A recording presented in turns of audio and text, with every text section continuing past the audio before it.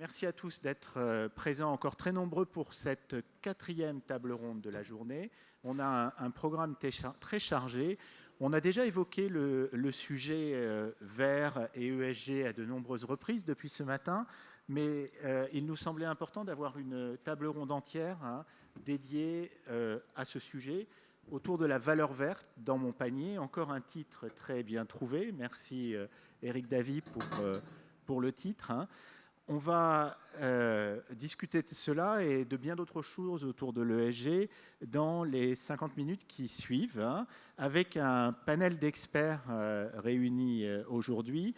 Et juste en guise d'introduction, donc Gwenaëlle Chabroulet de RPA Assurance nous a rejoint, Éric Donnet, président de Groupama Immobilier également, Virginie Valu, qui est directeur de la recherche et de l'ISR à la Française, est présente avec nous. Christian Robinet, Afrexim, mais pas que. Voilà, mais pas que. On en parlera, mais représente ici les experts en particulier. Et puis Constance Debasse, PDG de MBA City, fait partie également de cette table ronde. Je voulais commencer, alors on a mis en place un fil conducteur dans les différents calls de préparation qu'on a eu ensemble. Je voulais commencer par demander à chacun de nos interlocuteurs la façon dont ils voyaient la valeur verte aujourd'hui et les enjeux qu'il y avait derrière. Et puis dans un second temps, on va parler comment cette valeur verte se lie à la valeur financière des immeubles. Et puis après, ça sera la surprise. D'accord ? Alors, on commence cette table ronde et puis on va la commencer dans l'ordre, peut-être avec, ou dans le désordre. Peut-être en commençant par Virginie sur la valeur verte aujourd'hui, état des lieux de la façon dont vous l'appréhendez à la française. Ça marche ? Oui, ça marche. Pardon. La valeur verte à la française. Alors la valeur verte, pour l'instant, on lui court après, j'allais dire. Elle tarde à se matérialiser. J'avais cette discussion juste avant avec Christian, donc c'est pour ça qu'on rigole. En fait, donc, je dirige le département ISR, et l'ISR, c'est la prise en compte systématique des critères ESG. Et on voit bien que dans ESG, il y a environnement, social et gouvernance. Or, la valeur verte, en fait, elle renvoie juste au critère E, qui est l'environnement, et elle renvoie même juste à l'énergie et aux émissions de CO2. Donc déjà, sur la valeur verte, on a une espèce de réduction du champ de ce qu'on fait. On parle beaucoup de la valeur verte et donc de l'énergie et des émissions de CO2 parce que c'est le premier sujet auquel s'est intéressée la réglementation.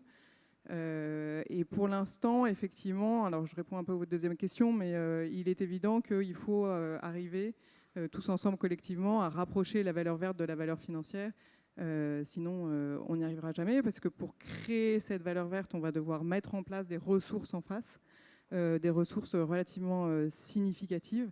Et si on ne retrouve pas quelque chose en sortie, on n'y arrivera pas. On est là tous, je pense qu'on a tous beaucoup de convictions, mais on vit dans un monde immobilier où le rendement financier continue quand même à être l'étalon roi.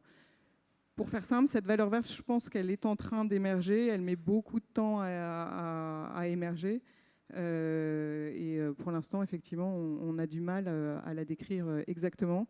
Et donc, pour répondre très précisément à votre question sur qu'est-ce que la valeur verte à la française, pour l'instant, notre valeur verte, on l'appréhende ou on l'estime par le coût des travaux qu'on va mettre en face pour améliorer nos actifs immobiliers, ce qui est relativement peu satisfaisant.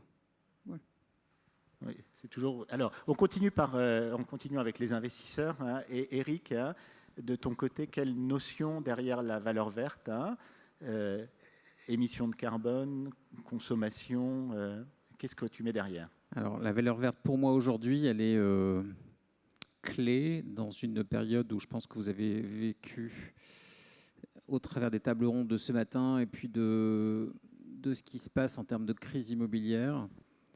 On avait l'habitude de dire en immobilier que sky is the limit, ce qui voulait dire que finalement, il n'y avait pas de limite physique.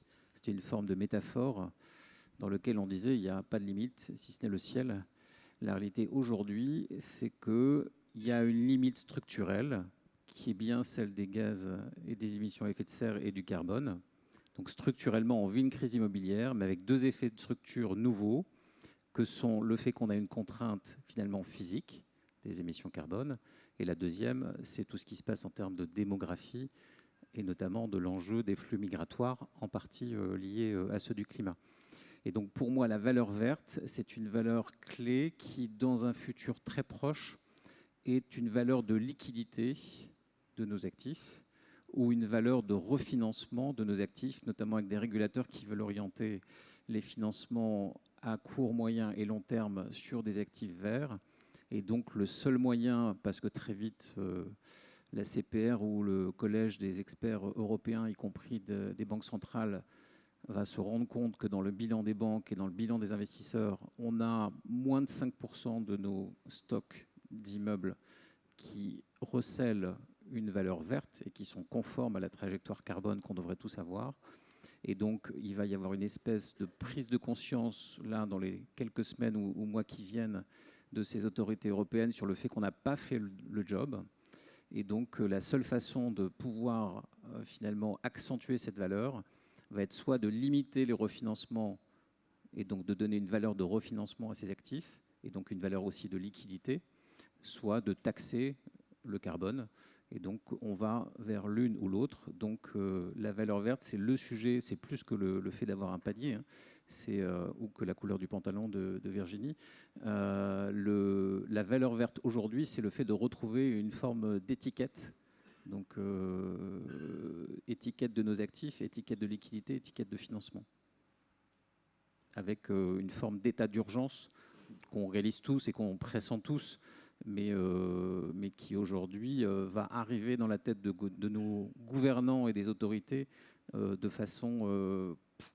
c'est le mur qu'on va se prendre dans la figure avant la fin d'année. D'accord, ben on va revenir dessus. Peut-être on va passer à Constance et puis après, juste quand on parle de valeur, évidemment, on parle d'un nombre. Un nombre égale data.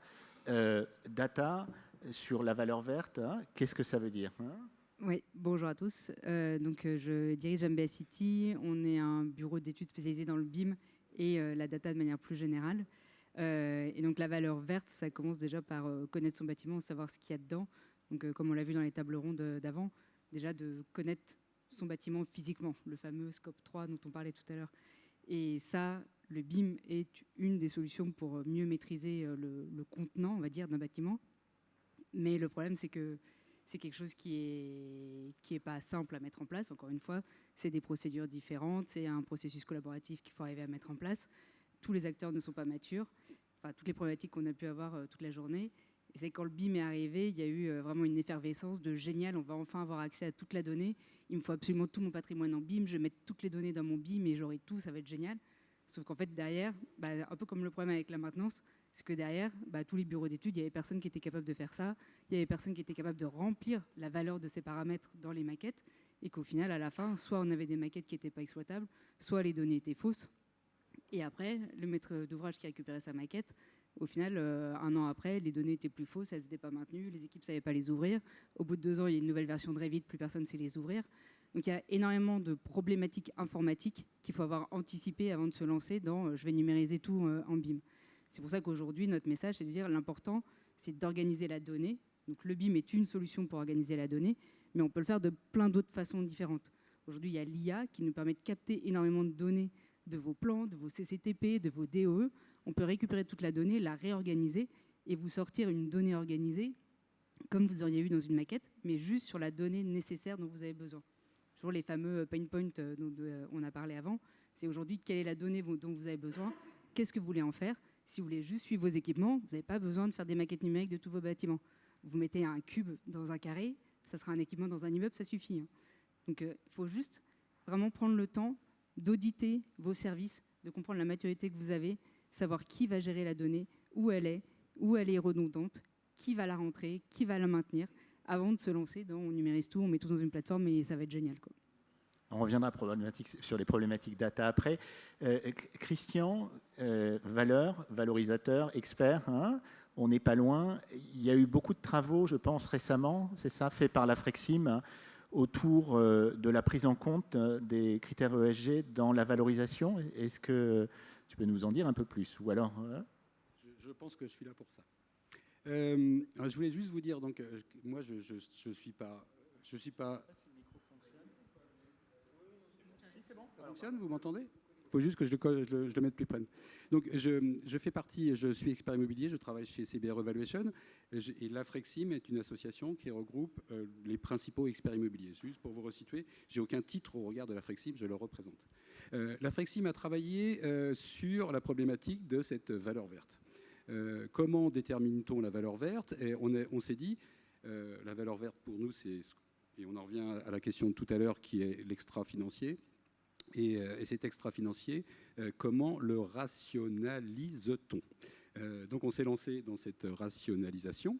On a été chercher des critères. Quels sont les critères les critères ESG, donc environnement, social ou sociétal et gouvernance, qui sont pris en compte par les investisseurs, par les intervenants, dans la modélisation de la valeur. Aujourd'hui, tout simplement, un acheteur se dit, voilà, mon immeuble produit tant de gaz à effet de serre, dans quelle mesure ça va jouer sur la valeur que je vais proposer à mon vendeur.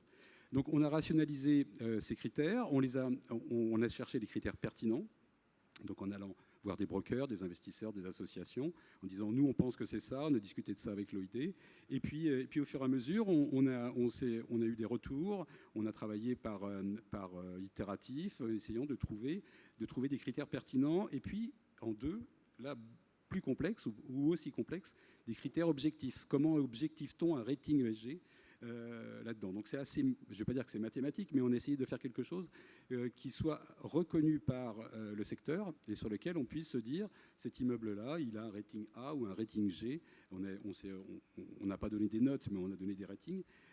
Et là-dessus va se poser, on en parlera peut-être plus tard, la question c'est, le rating A donne-t-il une survaleur, donc on parle de valeur verte, et le rating G donne-t-il une décote brune, parce que quand on parle de valeur verte, il ne faut pas oublier qu'on a aussi et surtout notre décote brune de l'immeuble qui est ou déjà échoué ou qui ne saurait tarder. Je vais m'arrêter là pour l'instant. D'accord, non, ça donne une bonne idée des travaux qui ont été conduits jusqu'à présent.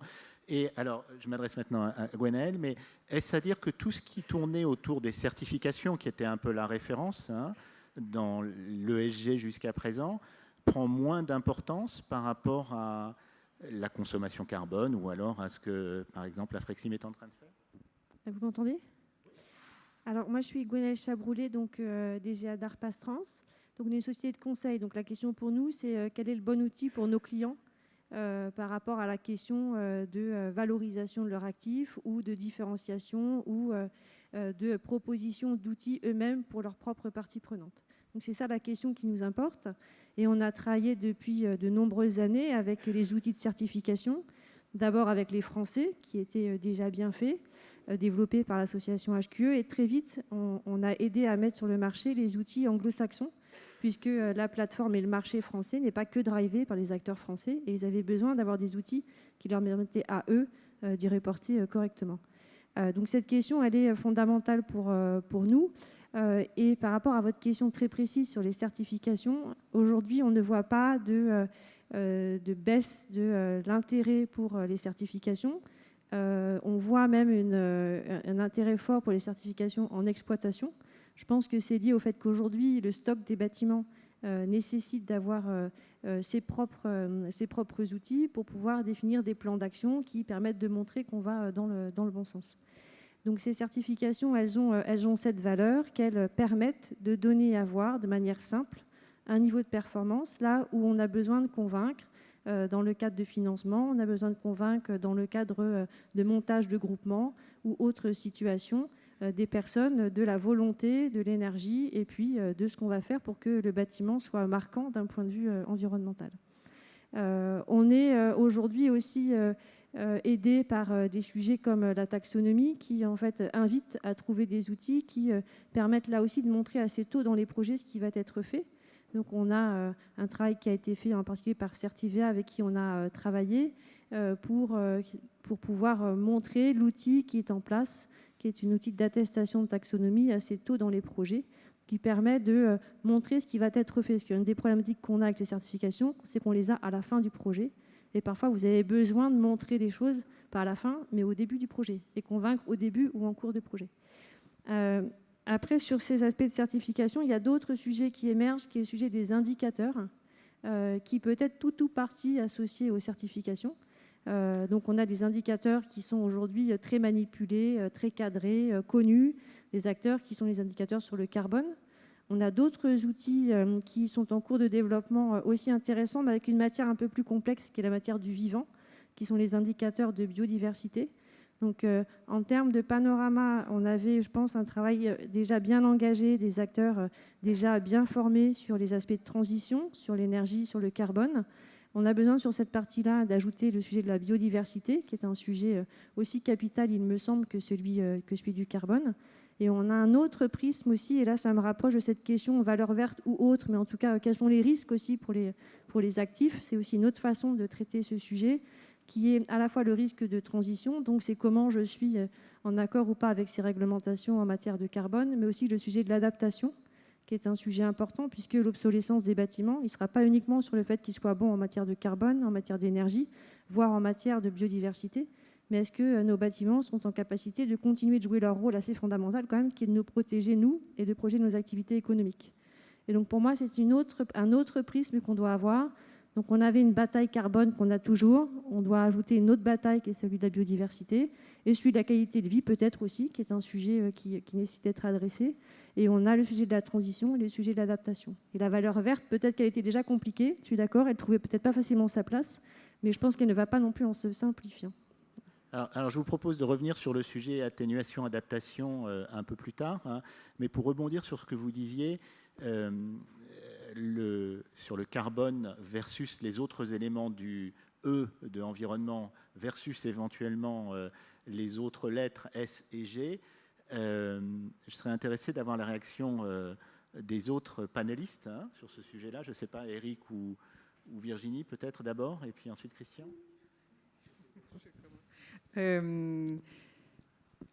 Alors, très clairement, là, on est sur un panel data.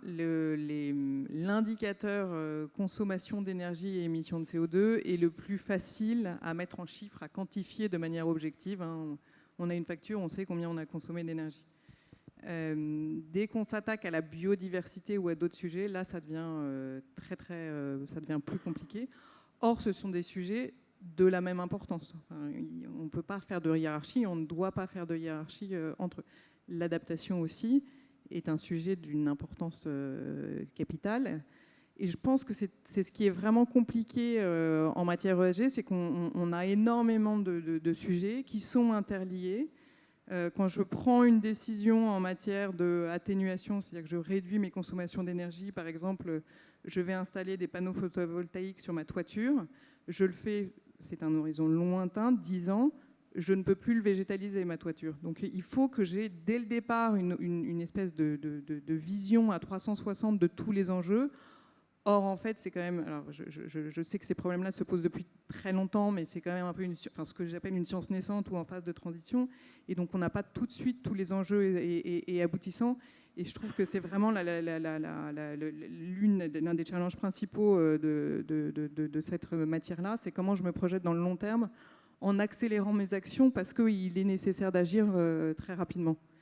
Et sur l'atténuation, sur l'adaptation, pardon, oui, c'est absolument essentiel que, tu l'as très bien dit, que nos actifs continuent à pouvoir être utilisés pour ceux qui ont été construits. Hein. Enfin, un immeuble vide, est-ce qu'il y a moins ESG hein. Eric, toujours sur cette affaire, est-ce que le carbone n'est pas en train de masquer les autres dimensions de l'ESG ? Alors, dans la partie ESG, je pense qu'effectivement, on a en immobilier une mise en exergue du fait qu'on ne peut pas être bon individuellement, mais qu'on va l'être collectivement. Donc, si on veut optimiser finalement les vertus d'un ensemble immobilier, c'est vrai que on mutualise des réseaux de chauffage urbain, on mutualise des réseaux de clim-espace.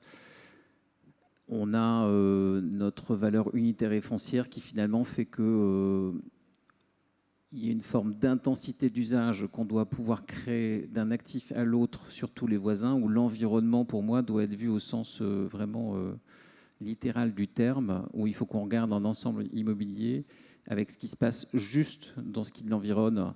Si je prends l'exemple de grands bâtiments à La Défense qui possèdent des unités de restauration très fortes, des auditoriums importants, c'est un peu quand même non vertueux de reproduire un immeuble qui est voisin avec les mêmes typologies de services de façon isolée. Donc nos immeubles ne doivent plus être demain, au sens vertueux et social du terme, des isolats.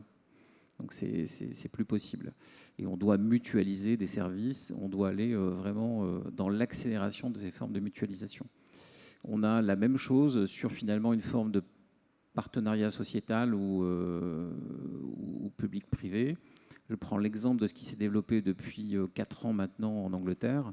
Vous n'avez pas une seule école en Angleterre qui, après les cours, ne met pas à disposition ou ne loue pas les espaces qui ne sont pas occupés par les étudiants ou par les collégiens à des associations, à des joueurs de bridge.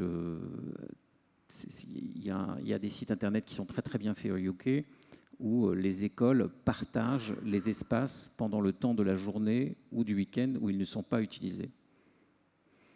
Et on a une responsabilité collective, c'est vraiment le S, sur la partie immobilière, de définir ou de redéfinir une intensité d'usage. C'est encore plus vrai avec ce qui se passe dans l'immobilier de bureau et notamment le télétravail.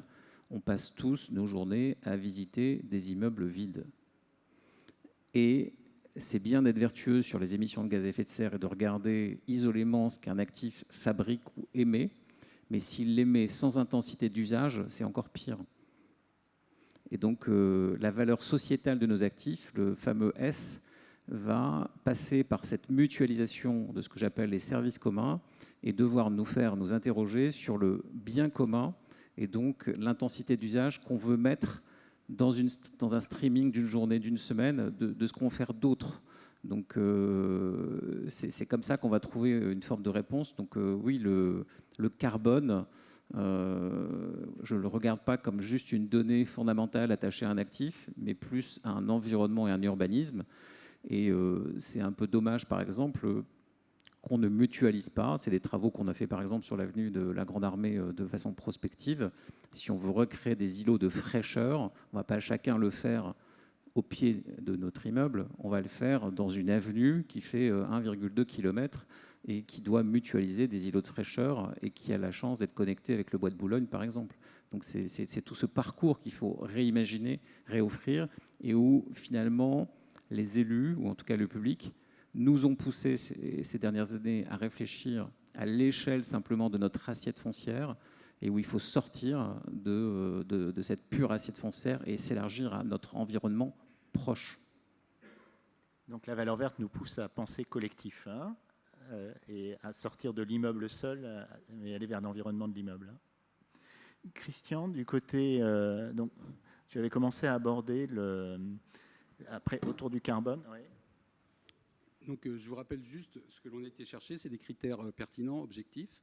Et après, on a été voir les intervenants pour leur dire dans quelle mesure ça prend, c'est pris en compte dans votre décision et donc modélisation de la valeur. Et la réponse pour le carbone et donc on a la consommation, le carbone et les deux trajectoires qui sont décret tertiaire et crème, on a un pourcentage d'à peu près 50%. Donc ça veut dire qu'aujourd'hui, est-ce que c'est normal par rapport au marché? Je ne sais pas, mais il semblerait que le marché prenne en compte, modélise la différence de valeur à hauteur de 50% sur juste le carbone. Et ce qui est dommage, c'est que personne ne prend en compte le cycle de vie. On n'a pas parlé de cycle de vie carbone. Là, on ne parle que de trajectoire, conso et en fait quelque part conso, quoi. Voilà pour une réponse qui est, je ne sais pas si c'est la bonne, mais elle a un chiffre, 50. Des réactions sur ce 50? Non? Ça vous paraît... Après, ce que vous disiez est totalement, et vous avez totalement raison, mais nous, on détermine la valeur d'un immeuble et on ne peut pas trop regarder ce qui est à côté. C'est là où c'est dommage. Et la réutilisation ou l'utilisation le soir ou le week-end de ce genre de choses n'est pas encore pris en compte. En fait, les travaux, ils ont été faits en partie sur le plan de l'analyse par notamment le professeur Eckholtz au début des années 2005-2007, qui avait étudié la valeur de la certification et de la liquidité, notamment sur le marché US, entre des actifs, ce que Gonel soulignait tout à l'heure, certifiés et des actifs non certifiés, notamment au niveau lead. Si on prend la trajectoire des travaux du professeur Eccles qui ont été mis à jour là en 2022, on a un différentiel de valeur entre des actifs certifiés et non certifiés, et donc de liquidité qui est de l'ordre de 12%. Donc on est très éloigné des 50%, mais 12% de finalement prix de la liquidité attaché à cet actif. Le 50%, je ne le connais pas, mais je suis ravi de le découvrir. Mais pour l'instant, de façon avérée, mesurée par les travaux du professeur Eccles, c'est 12% d'écart de valeur. Mais je ne doute pas qu'on y arrivera si les experts chiffrent ça. Ce n'est pas 50% de différence de valeur. Ouais. C'est juste dans notre rating extra-financier, ça compte pour 50%. Ouais, je comprends. Ouais. Oui, je pense que les travaux autour des 12%, alors c'est sur la valeur, mais justement, continuons sur cet aspect, comment la valeur verte se répercute dans la valeur financière. Hein. Ça m'intéresse d'avoir votre point de vue également sur le sujet. Eric, tu peux enchaîner, ou peut-être Gwenaël. Hein. Est-ce que vous avez, dans les travaux que vous conduisez, des éléments qui permettent de savoir justement comment cette valeur verte se répercute dans la valeur financière? Aujourd'hui, sur les émissions de CO2, très clairement, quand on regarde les portefeuilles, à la fois parce que sur le plan de l'exploitation, nos clients, nos locataires doivent mesurer effectivement aujourd'hui, dépasser un certain stade leurs émissions carbone. Ils sont tenus dans l'élaboration de leur rapport climat à ce constat. Nous-mêmes, on le fait à l'échelle de nos immeubles et aussi de notre exploitation. Aujourd'hui, Gwenaël a donné la clé. En fait, on mesure cela, on n'a pas de pénalité et pas de sanction. On est dans la best practice. Ça n'a pas d'impact sur la valeur en euros de nos immeubles, mais on suit quand même ces émissions de gaz à effet de serre. Et on essaye soit de le juger au regard de ce que serait une taxation de ces émissions, soit sous forme de compensation. Et nous, Groupama notamment, on anticipe une forme de compensation puisqu'on est un très gros détenteur exploitant d'actifs forestiers. Donc on fait une jointure entre des actifs immobiliers et notamment les forêts pour créer une classe d'actifs réelle. Cette classe d'actifs, de façon globale, compensons d'un côté les émissions que l'on génère avec l'immobilier, qui sont compensées par les plans de reforestation, de replantation qu'on opère en France sur un même territoire géographique, mais parce qu'on a décidé d'avoir l'équivalent de 5% de notre valeur d'immobilier détenue au travers de forêts qui ont des rendements locatifs très faibles, inférieurs à 1%, mais qui, à terme pour nous, procurent un rendement capital qui sera plus significatif et surtout nous permettent d'atténuer ou de compenser en fait nos émissions carbone à l'échelle de notre groupe. Donc on a décidé, nous, d'auto-compenser par la détention des forêts, au travers de la société forestière Groupama, l'ensemble de nos émissions de gaz à effet de serre. D'accord, logique. Je reviens sur ma première réponse, c'est-à-dire que la valeur verte, on va l'apprécier au regard des travaux qu'on doit faire. Et je pense que sur ce plan-là, la réglementation est ce qui aide beaucoup. En fait, on a beau avoir des convictions, c'est compliqué de déplacer le marché. On voit bien ce qui se passe sur le marché du résidentiel avec la fameuse interdiction de louer les passoires thermiques, où les prix immédiatement chutent sur les actifs qui ont des DPE F et G, et grosso modo la baisse de la valeur des logements, elle est égale à la valeur des coûts des travaux qu'il faut faire. Après, je pense qu'on a deux autres axes effectivement qu'on peut creuser tous ensemble, et notamment avec les experts. C'est-à-dire qu'il faudrait que cette valeur verte, elle se concrétise dans la valorisation des actifs, ce qui est compliqué parce qu'encore une fois, sur quelle base sur quel fondement on l'estime, voilà, c'est un travail assez compliqué. Et puis après, je pense qu'effectivement, il faut qu'on s'astreigne tous à s'auto-taxer, enfin à mettre une taxe carbone interne. Je sais que certaines foncières le font. Tu le fais aussi avec finalement ton fonds forêt. Il faut absolument qu'on arrive à le faire en interne pour arriver en fait à donner une prime aux actifs durables par rapport aux actifs non durables. Sinon, pour l'instant, l'équation financière, honnêtement, elle ne nous pousse pas beaucoup à faire des travaux et améliorer nos actifs sur ce plan-là.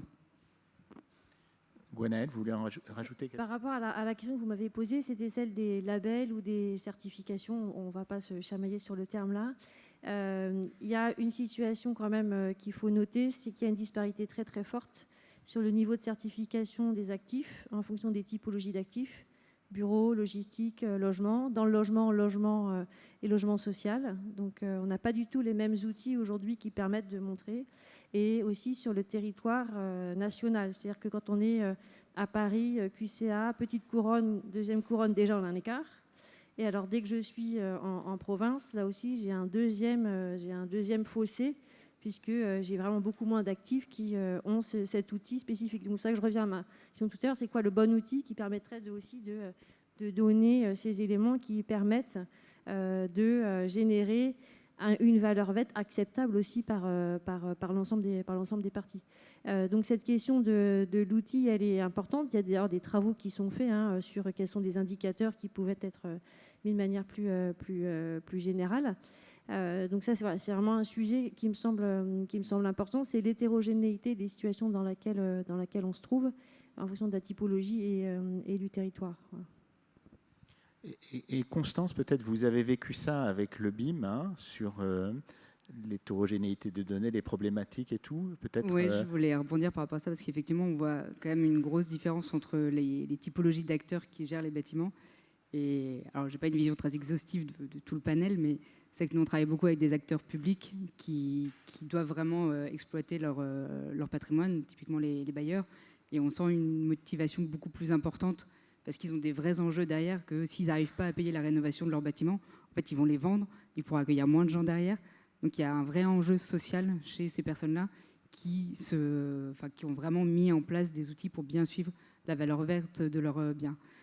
J'ai le sentiment, alors c'est très personnel, que côté investisseur, je vais me faire taper dessus, en fait, comme les biens passent de main en main quand même à un rythme assez rapide, on va dire, à l'échelle d'une vie, en fait, ce que vous allez faire super bien, si vous vendez le bien à quelqu'un qui n'a pas du tout mis ça en place, tout ce que vous avez fait, vous allez le perdre à l'échelle du bâtiment, quoi.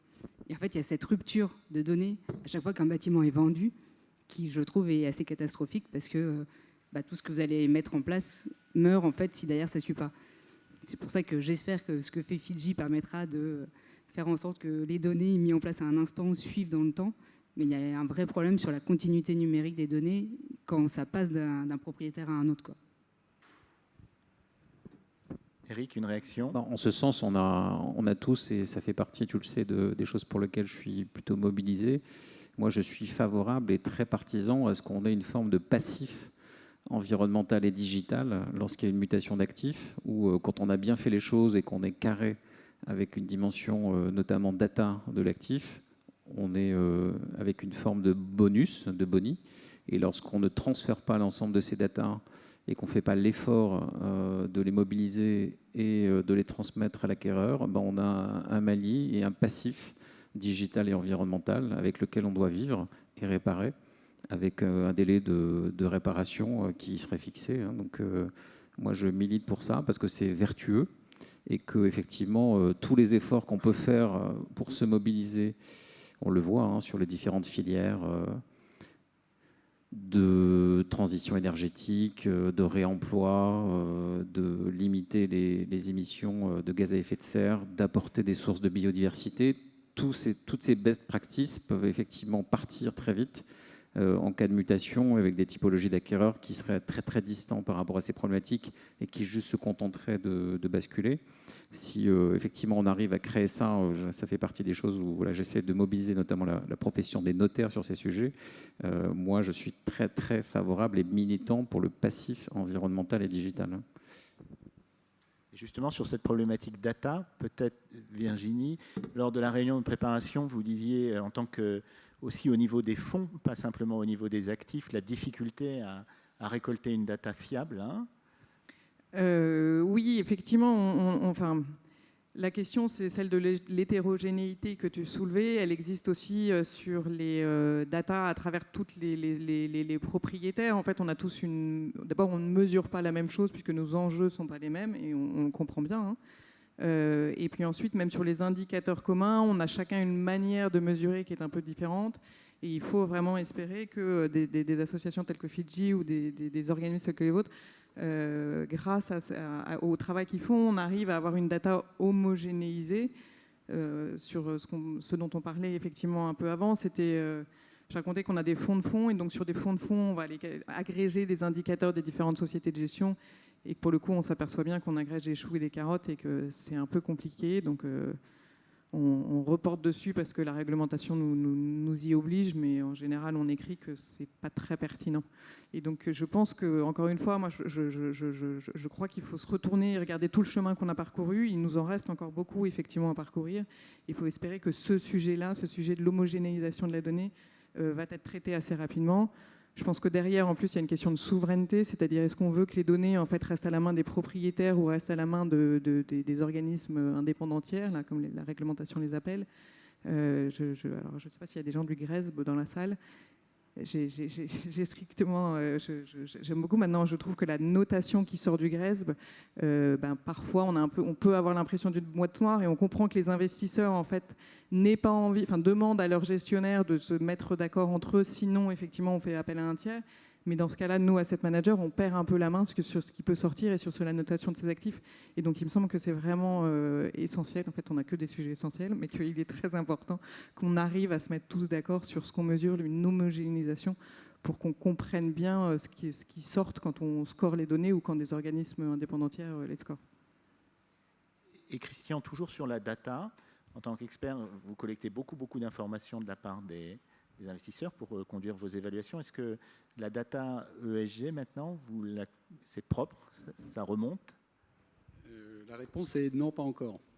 Je pense qu'il y a beaucoup de sociétés qui ont l'information, d'où on travaille pour beaucoup de monde. Ça va dépendre complètement, de discuter avec Virginie tout à l'heure.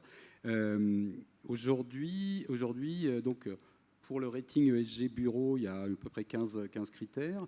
Rien que pour le critère consommation énergie primaire, on a déjà le problème de dire est-ce que vous avez vos consommations locataires, est-ce que vous avez 100% des consommations locataires, 70%, ou est-ce qu'on met du normatif, est-ce qu'on met du l'utilisé, sachant que là, pour le bureau, peut-être un peu moins, mais imaginons qu'on ait une salle de marché dans un bureau, donc on va avoir une consommation qui est très forte, et là, on va avoir des propriétaires qui nous disent c'est pas de notre faute, c'est l'utilisateur qui, quelque part, génère autant d'électricité.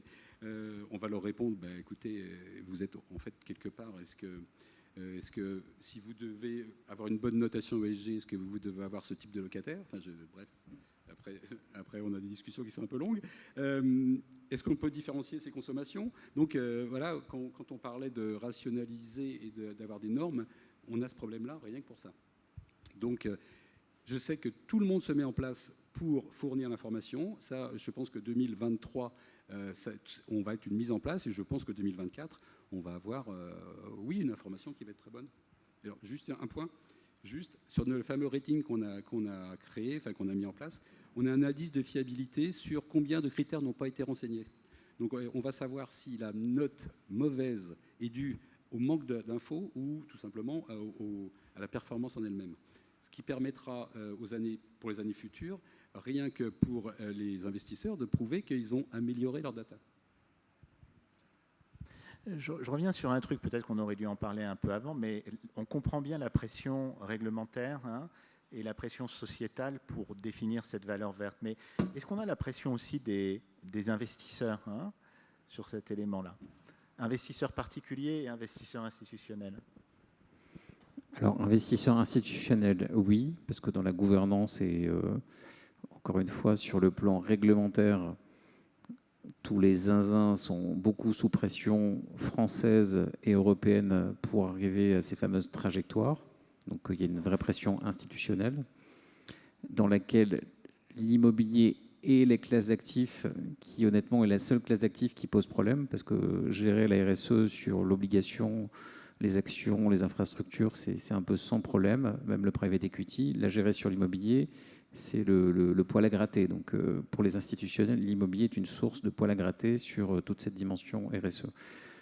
Pour les personnes physiques, aujourd'hui, les labels, et notamment ISR, sont des promoteurs de produits.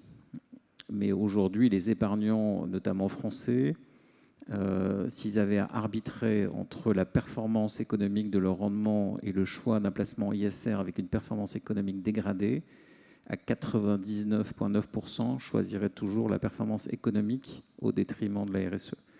Et donc, l'ISR, c'est un label, mais ce n'est pas un label qui va de pair avec une acceptation d'une dégradation du rendement économique. Donc, d'où tous les débats avec l'AMF sur article 6, article 8, article 9, etc. Où si on veut promouvoir ce type de produit et ces critères, on doit aussi communiquer aux investisseurs particuliers la dégradation de leur rendement. Et on voit qu'assez vite, il y a une forme de transfert d'épargne qui s'opère. Donc, c'est normal, hein, c'est un peu une période de retournement et de schizophrénie. Le français veut du vert, mais il ne veut pas payer pour. C'est not in my backyard. Donc, j'imagine en même temps que c'est peut-être une question d'éducation. Virginie, c'est aussi ce que vous constatez côté La Française ? Oui, je ne peux que acquiescer ce que dit Eric. Ce qui pose la question différemment, c'est comment on revient sur la question d'une forme de taxation, on va dire, des externalités négatives pour la société. C'est-à-dire qu'actuellement, on ne prend pas en compte, dans le rendement financier, tout ce que la gestion ou la construction de nos actifs opère comme externalité négative sur l'environnement. Et donc, il faut qu'on y arrive absolument d'un côté ou d'un autre. Je sais qu'il y a des associations aussi qui travaillent sur une refonte des normes comptables. Enfin, c'est un chantier immense, mais encore une fois, pour l'instant, on n'y arrive pas. Je me suis beaucoup posé de questions, moi, dessus, parce qu'on voit quand même dans l'actualité qu'on a une génération montante qui est de plus en plus sensible à ces sujets. Alors, soit c'est la génération qui n'épargne pas encore, ou soit, effectivement, pendant l'acte d'épargne, il oublie complètement ses préoccupations ISR. Après, je pense qu'on est tous un peu schizophrènes sur ces sujets, donc je ne jette la pierre à personne. Probablement, pour répondre à ta question, Laurent, que la trajectoire va s'établir sur le long terme. C'est-à-dire que le vrai rendement et le vrai bénéfice de la vertu, il se voit dans la durée. Donc, ne regardons pas aussi juste d'une année sur l'autre comment s'orientent les flux d'épargne. En plus, on a des biais comme on le vit au cours de ces derniers mois où aujourd'hui l'épargne, elle sort de l'immobilier et des SCPI pour aller vers du livret A qui rapporte du 3% net. Donc notre vrai concurrent aujourd'hui au rendement immobilier, c'est le produit réglementé. Hein. Donc on a vu, hein, c'est quand même pas loin de 100 milliards d'euros qui se réorientent dans un espace-temps de 6 mois. Hein. Donc c'est juste colossal comme gros mouvement.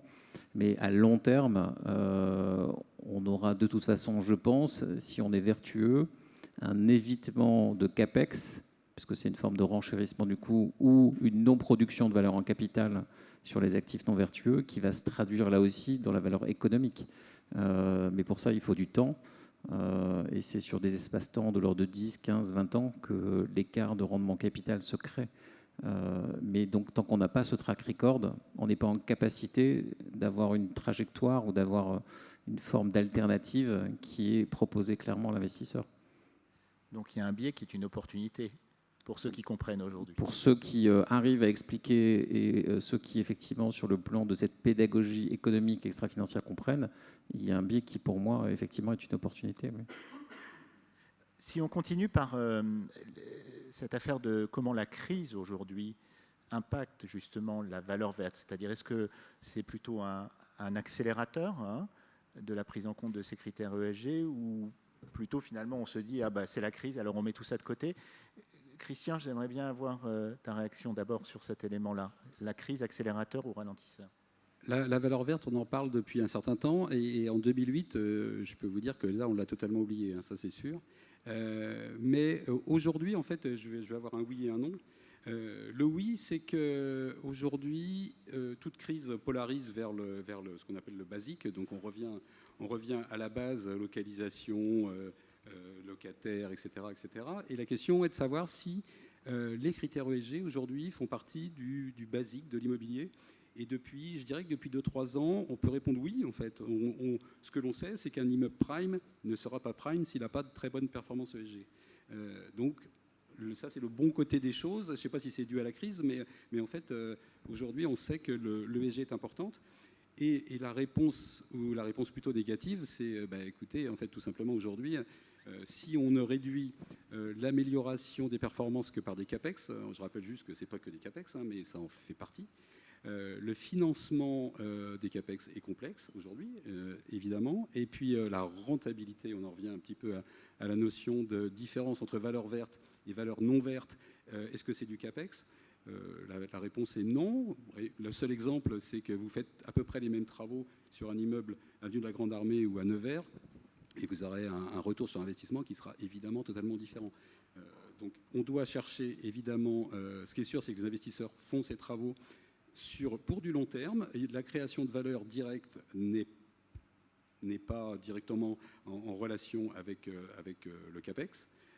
Mais en fait, il faut juste aussi se situer sur un immeuble sans travaux, dans 10-15 ans, quelle sera sa valeur ? Et en fait, on est tous persuadés que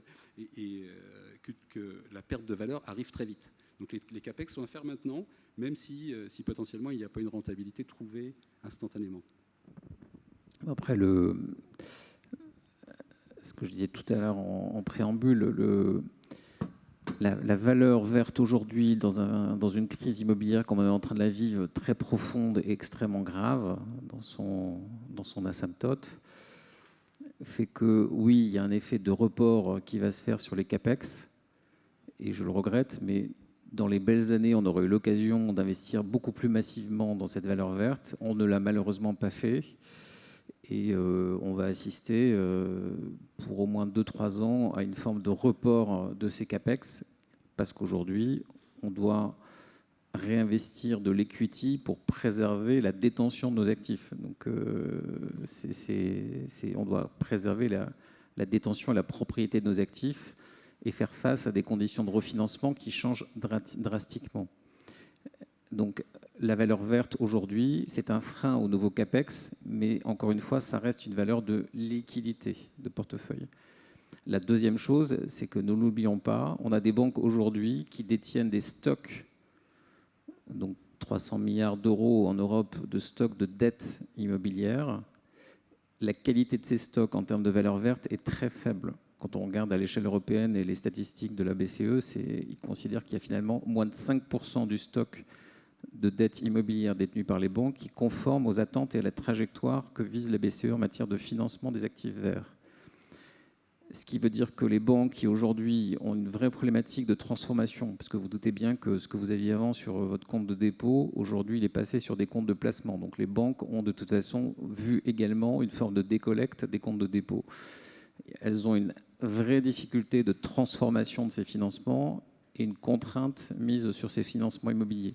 Elles vont donc devoir arbitrer et faire des choix très clairs qui vont être de porter le refinancement d'actifs dont elles détiennent déjà une part de la dette. Et donc, elles vont pousser ces actifs-là en termes de CAPEX et ou en termes d'amélioration de performance. Et elles vont aller sur des actifs en développement qui sont très vertueux, qui vont améliorer la qualité de leur stock global. Tout ça avec des marges, bien évidemment, revisitées et qui vont coûter beaucoup plus cher. Et donc, les banques aujourd'hui vont être déterminantes dans la réorientation des CAPEX et des flux d'épargne parce qu'elles ont la main et que le marché aujourd'hui est ébranlé. Il est ébranlé avec des investisseurs qui vont gérer la période en faisant le gros dos et donc la valeur verte, elle n'est pas dans notre panier, c'est quelque chose qui est sur nos épaules dans un sac avec une forme de boulet. Donc ce n'est pas un panier. Et par contre, c'est le panier de course des banques dans le futur parce qu'aujourd'hui, elles ont financé des actifs qui ne sont pas suffisamment vertueux et surtout, elles ont cautionné l'émission d'obligations vertes par milliards d'euros avec des sous-jacents immobiliers qui sont loin de remplir les objectifs. Autrement dit, il y a une facilité d'émission de dettes et d'obligations vertes qui ne sont pas du tout conformes à la trajectoire visée là aussi par la BCE.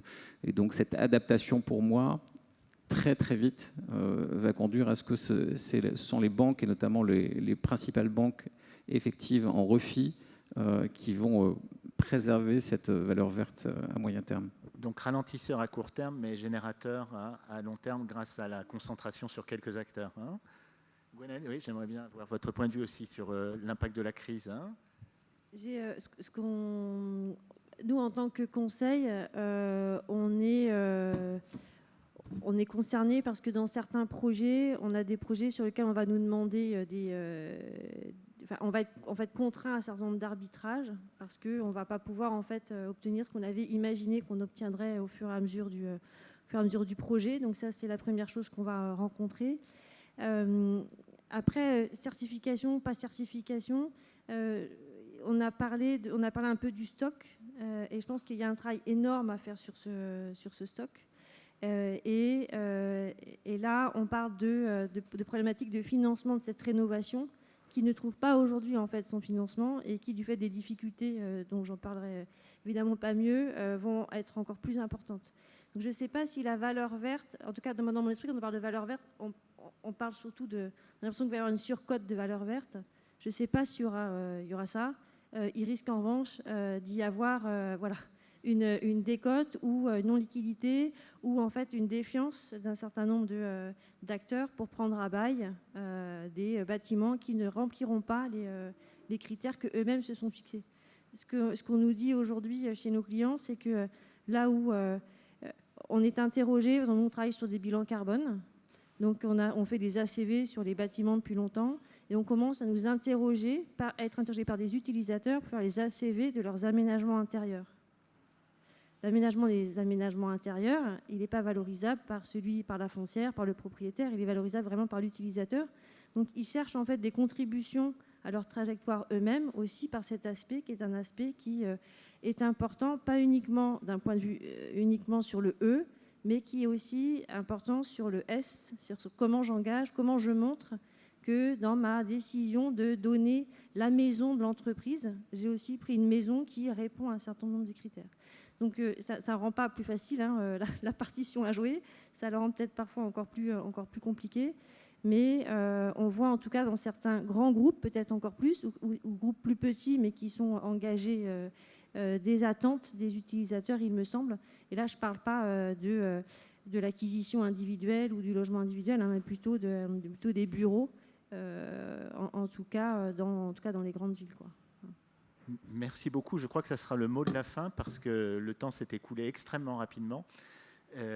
Merci à tous pour votre participation. Je pense qu'on a abordé beaucoup de sujets autour de la valeur verte.